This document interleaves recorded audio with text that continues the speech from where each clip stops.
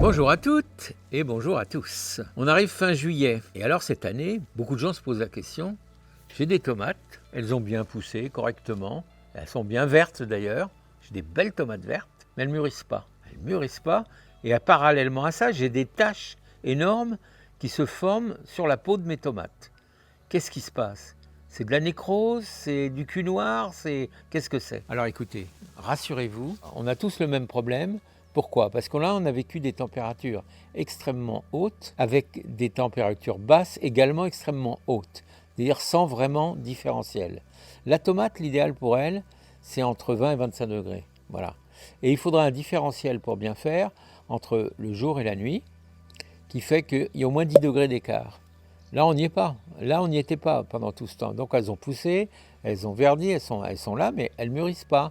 Elles ne mûrissent pas bien. Pire que ça, elles prennent des coups de soleil.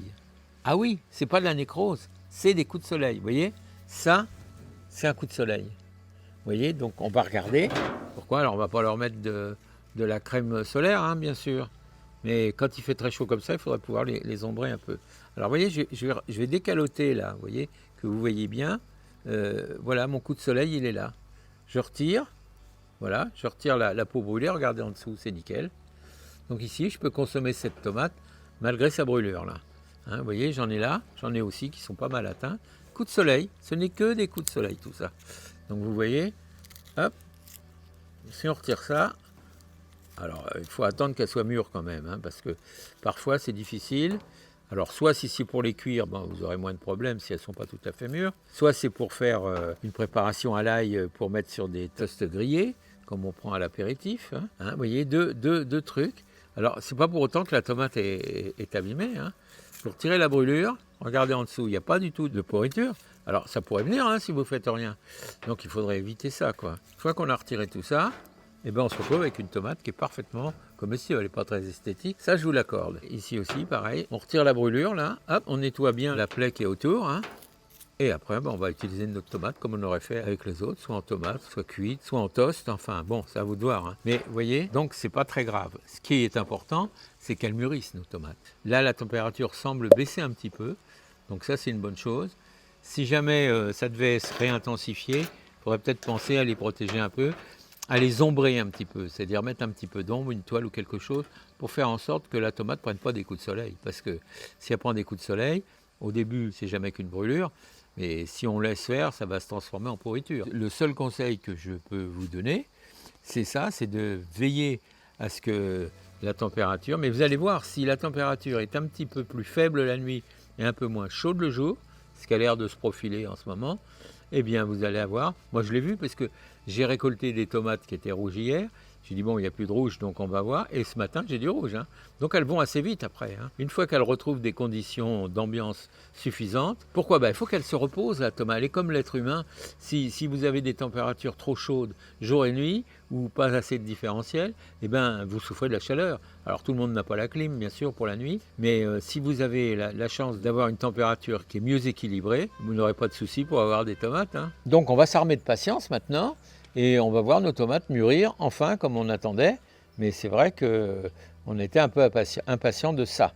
Donc là on va les avoir, elles vont mûrir et on va pouvoir les consommer avec plaisir, mais attention si les fortes chaleurs devaient revenir, pensez bien à les ombrer, ça c'est important.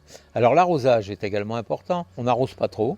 La tomate, il ne faut pas l'arroser trop, mais maintenant qu'elle arrive à maturité, il faut penser à lui mettre un petit peu d'eau. Alors, on lui met de l'eau au pied, on a chaque pied un petit arrosoir d'eau, juste au pied, ça suffit, mais pour faire en sorte qu'elle ne se dessèche pas et qu'elle ait suffisamment d'énergie pour continuer la photosynthèse et transformer la lumière en sucre qui est important au moment de la fructification. Ça, c'est le premier point. Alors, autre question, on me dit, oui, mais moi, j'ai des bouquets de fleurs qui montent en hauteur, hein, comme toujours, et qui se dessèchent. Oui, ils se dessèchent. Pourquoi ils se dessèchent? À cause du soleil, encore une fois. Alors, dites-vous bien que si elles commencent à fleurir maintenant, ça va être un peu compliqué pour avoir des tomates cette année. Hein. Alors moi, ce que je vous propose, en général, c'est vers le 3e étage. Hein. Donc, ça va être de couper. Couper carrément, même s'il y a des fleurs. Vous coupez le dernier étage. Ça va renforcer les étages du dessous et ça va éviter de tirer trop d'énergie vers le haut et permettre à nos tomates qui sont en formation ou en fructification, et bien d'avoir suffisamment d'énergie pour aller au bout de leur cycle. Donc vous voyez ça, donc on taille si vraiment on a un doute sur la durée qui va rester pour avoir des tomates, et surtout faire en sorte qu'il y ait assez d'énergie pour nourrir le pied de tomate jusqu'au dernier moment. Donc voilà, c'est pas compliqué, c'est du bon sens. Je sais que vous n'en manquez pas. On va aller faire un petit tour au potager pour voir un petit peu où on en est. Hier, c'est-à-dire il y a un peu plus d'une quinzaine d'heures, même pas, je n'avais plus une tomate rouge au potager. Je les ai toutes prises. Eh bien, vous voyez, à nouveau, ça revient et ça revient vite parce que la nuit a été plus fraîche, la journée n'est pas aussi chaude et du coup, eh ben, on retrouve des conditions plus acceptables. Donc ça, c'était le point important que je voulais vous donner, qui correspond aux questions que vous vous posez. Hein. Donc n'oubliez pas non plus, s'il n'y a pas suffisamment de paillage, hein, remettez de la paille au pied. Ça vous évitera d'avoir à les arroser trop, ça vous évitera également d'avoir une invasion d'herbes non désirables dans le potager. Donc tout ça est utile, donc il faut le faire. Hein. Donc je vous invite à le faire. Comme je m'en doutais, on a planté différentes variétés, mais on n'a pas eu la précaution, bien que je vous l'avais conseillé, de faire un plan et de noter les 3 premiers plants, c'est de telle variété, les 4 qui suivent, c'est telle variété. Bon, tout a été planté un peu n'importe comment. Donc ils sont en suivant.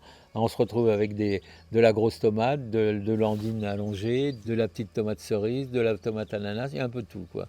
Donc tout ça, bon, maintenant on voit la différence quand elle pousse. Mais c'est ça précisément que je voulais éviter, que je n'ai pas évité, parce que je vous ai dit faites ça et puis je ne l'ai pas fait moi-même. Donc faites ce que je dis mais faites pas ce que je fais, quoi. Donc je reconnais être coupable de ça. Mais en attendant, on va s'y retrouver quand même.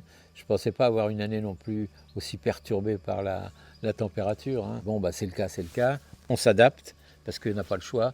Donc on s'adapte, on va quand même faire une cure de tomates. Alors sachez qu'avec nos tomates, eh ben, on peut faire une combination avec les grosses tomates, les allongées, etc. Au fur et à mesure qu'elles mûrissent.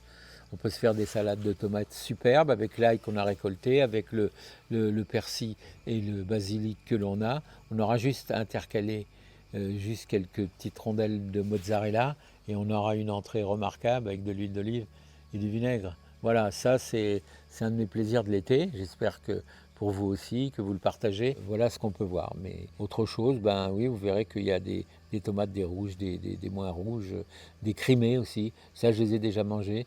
La crimée est une tomate excellente, hein, qui est quand même très résistante. Je n'ai pas de traces de mildiou aujourd'hui, mais ça, je pense que ça vient du fait que j'avais bien espacé les plants. Ça, je vous avais invité à le faire, hein, que l'air circule bien. J'ai un de mes voisins, et je vous montrerai, il a des belles tomates aussi. Elles ont bien, comme le temps est quand même très sec, il n'a pas encore de problème de mildiou, mais je crains qu'avant un mois, il en ait. Quand il va y avoir des rosées plus importantes le matin, début septembre, je crains que le pauvre, il ait du mildiou là-dedans parce qu'il les a plantés très serrés les uns sur les autres. Il les a pas taillés, toutes les feuilles se touchent, y compris au sol. Pourtant, il a des belles tomates, bien vertes, hein, lui aussi. Mais alors, un petit avantage, c'est quand elles ont beaucoup de feuilles, ça fait un peu d'ombre aussi, ça évite les coups de soleil. Ça, c'est une possibilité aussi à ne pas négliger. Mais en ce qui le concerne, ce qui va avoir sauvé des brûlures, il risque de le payer cher au mildiou. Donc, ceci étant dit, c'est ce que je voudrais vous éviter à vous aussi, hein, d'avoir quand même une belle récolte cette année et de vous régaler avec ces tomates. Tout dépend des variétés que vous avez plantées. Moi, j'ai 5-6 variétés différentes, mais c'est variétés que j'aime bien, donc voilà. Mais ça, c'est une question de goût. Hein. Chacun fait comme il aime, d'accord? Donc, ben écoutez, régalez-vous et je vous dis à bientôt, mes amis.